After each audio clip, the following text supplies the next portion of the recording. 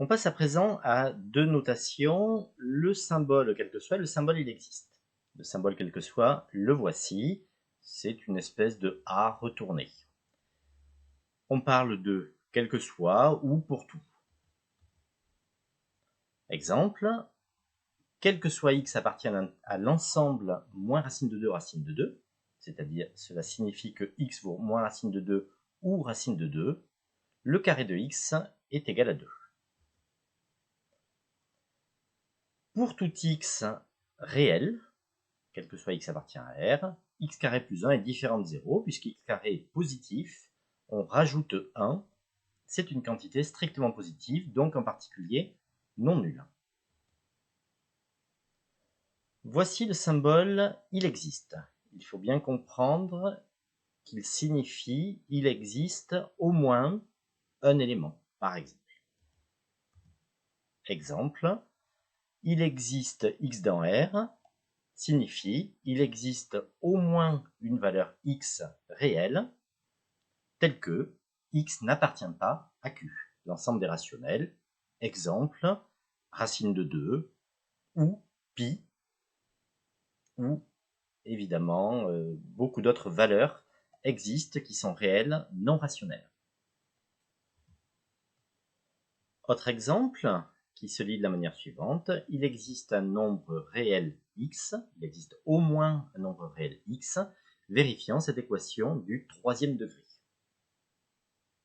Au passage, on peut justifier l'existence d'un tel x par le théorème des valeurs intermédiaires, par exemple. Cette écriture mathématique se lit de la manière suivante.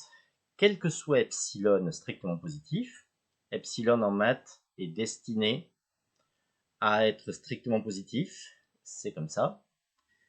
Il existe un petit a strictement positif, vérifiant a strictement inférieur à epsilon.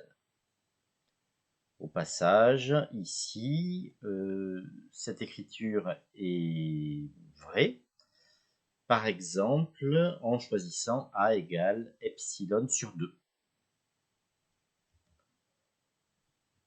Autre exemple. Pour tout x réel, il existe. Le point d'exclamation se lit unique.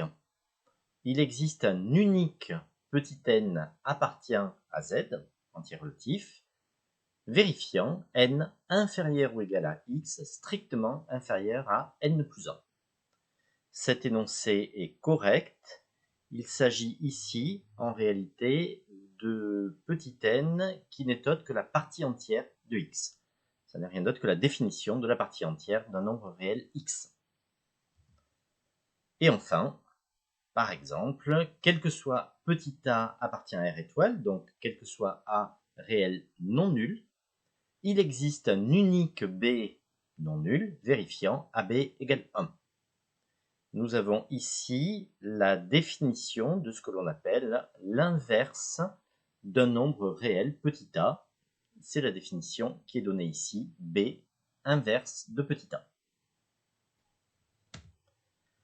Je ne résiste pas à l'énoncé. On va parler de l'énoncé du grand théorème de Fermat. On parle aussi du dernier théorème de Fermat, qui s'énonce donc de la manière suivante.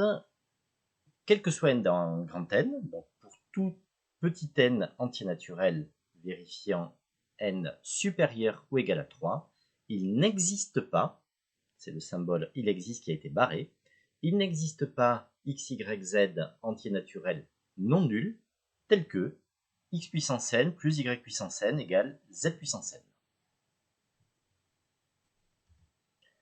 Je voudrais à présent parler de la valeur absolue. La valeur absolue de x est égale à x si x est supérieur ou égal à 0, moins x si x est strictement négatif. Donc la valeur absolue se note x entre deux traits verticaux.